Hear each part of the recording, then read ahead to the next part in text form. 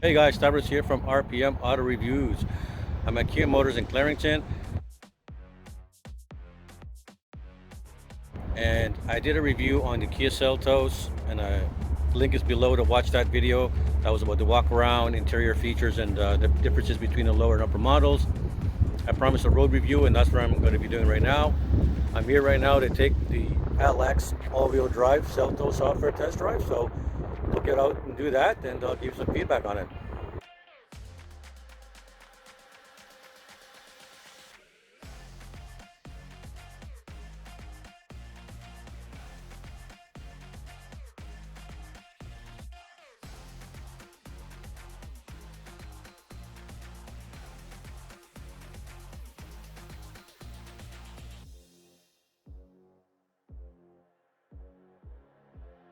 All right, let's start her up. Just a note, the LX model does require a key to start and the key fob for opening the door.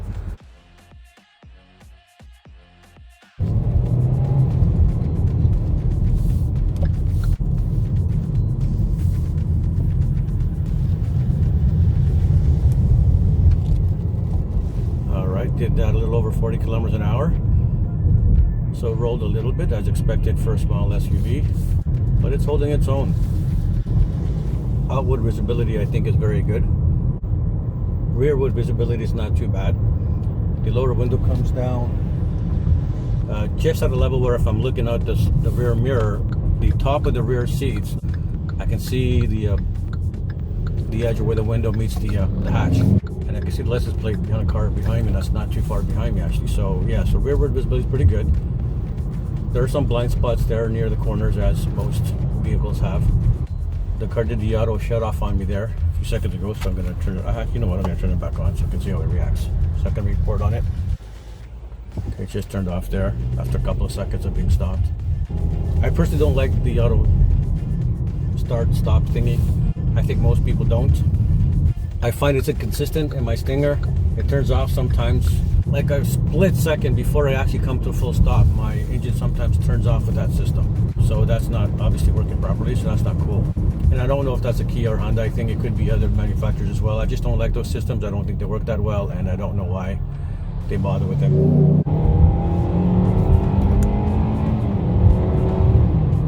Toyota RAV4 I think is one of the more noisiest four cylinders out there. So considering it's a windy day, I don't think it's actually that noisy in here. I haven't been on any bumpy roads yet, but I think definitely the ride comfort being an SUV is okay. I mean, all SUVs don't have bumpy ride qualities similar to like sedans can. Hey, we got a little roundabout here. Alright, so I'm managing a steady 35 kilometers an hour around this thing. And it's a little dirty out here, so I think I've reached the upper 30s. If I reach 40, I probably wouldn't be able to do it because of right now being a construction site, it'd be mostly from the dust on the road, not just because of the car itself. I probably could have done a nice 40 kilometers around that roundabout steady without losing grip. So again, I think that's actually pretty good for a little SUV with 7-inch ground clearance. It's actually a thumbs up. Okay, so driving around, I'm just also going to play around with some of the buttons now that there's nobody around here, and I can reach pretty much all the buttons. I can reach the infotainment system, climate controls, the other buttons on the left side of the wheel, of the steering wheel. Got a nice view on the left there too, eh?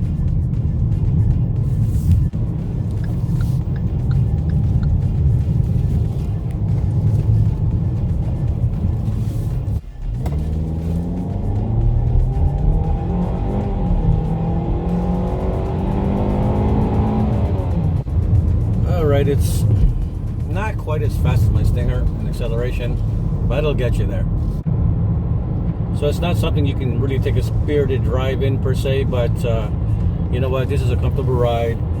The hip room, the leg room, the shoulder room, everything for its category, it's actually spacious, you know. Definitely a good little SUV to pack a couple of things up and head out for a little road trip. Okay, so let's get on the highway here and see how it feels on the highway.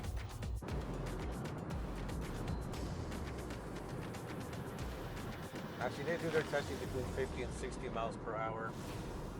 And I'm on the highway, 50 would be too slow, so we'll get down to the 60 range. Okay, we'll be actually in the upper 60s here. Bear in mind today, guys, as I mentioned, is a windy day. On the cabin noise testing, we were averaging 70.3, and it's a windy day. That's actually pretty good. Again, that's my app telling me that, so don't compare it with, like, you know, the other guys giving you their ratings. They're using different equipment. So using my same app though, so at least I'm being consistent in reporting, 70.3 on my app is actually pretty good. Most cars are between 70 to 74 that I've tested.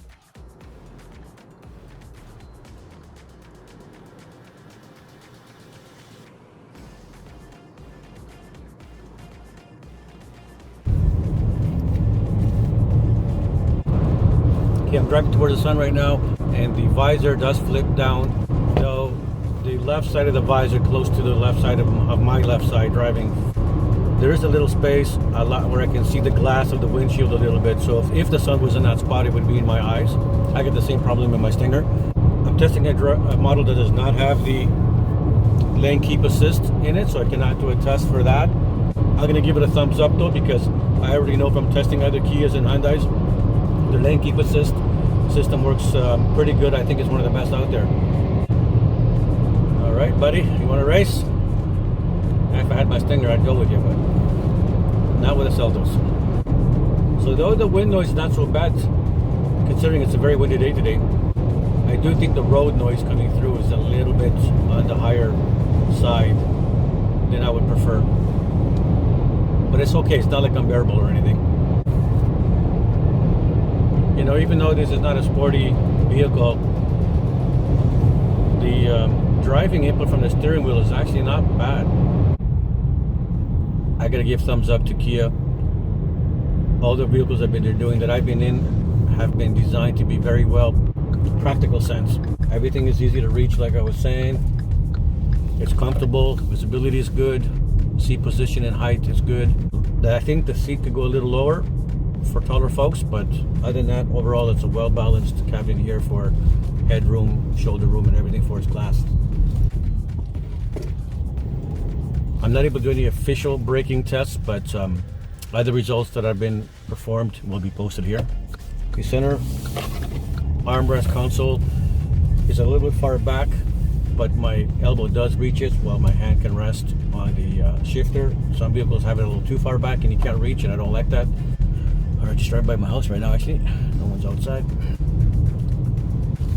So regarding the all-wheel drive system in this, I don't have it long enough to go to an unassumed road that I like to go to do some off-roading. I do know that Hyundai and Kia's all-wheel drive system, from having it in my Santa Fe before, assuming it's the same technology except for, you know, of course, being revised for this vehicle, they're very strong systems.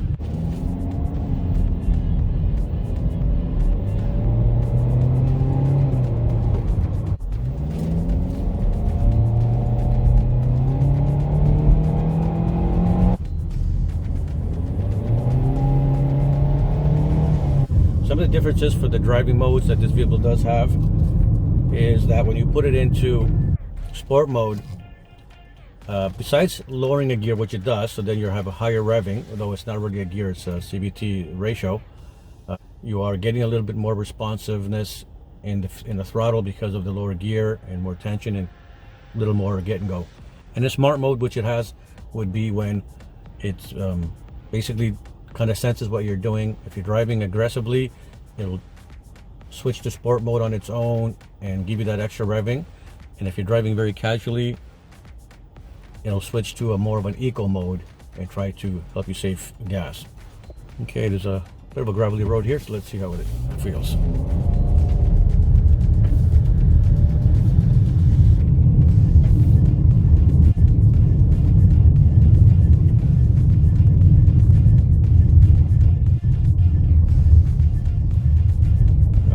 So while I'm getting a feel for that gravelly road, I noticed that switching back and forth from normal and sport, going down that gravelly road as well, that it does seem to also put a little bit more tension in the steering, just like the Stinger does. Very bumpy there, and it's handling it pretty good. The road noise coming through is actually not as bad as I would thought. Thumbs up to Kia for making the Seltos Sport mode very reactive in multiple ways, not just, you know, the rev range thing that most vehicles do. Okay, here's the backup camera. It's got the fixed lines and the ones that curve. Okay, so a little bit of a summary on my drive with this Kia Seltos. Oh, check out my cool watch. It's like a 5-spoke hubcap. So anyway, you know what? This is a very comfortable small SUV. I mean, many vehicles out there are. It's not like this is the only one. But sometimes some of them can be a little bit more, I guess, a little bit of a bumpy. You can feel more of the little bit imperfections in the road. I say in this one, they've done a good ride quality. You don't feel the imperfections as much as some other cars you can. It does seem to handle very good from the roundabout you see me taking and some other couple of sharp turns I've done.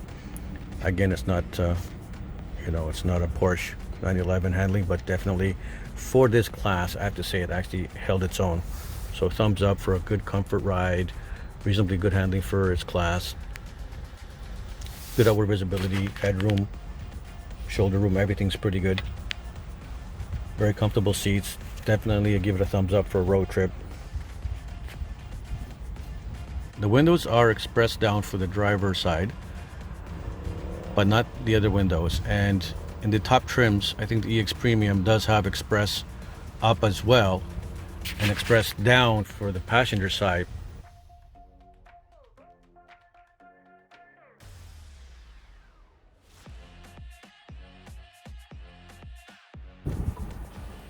Here we go, heads up display. So there is a screen here that allows you to see the power distribution to each wheel.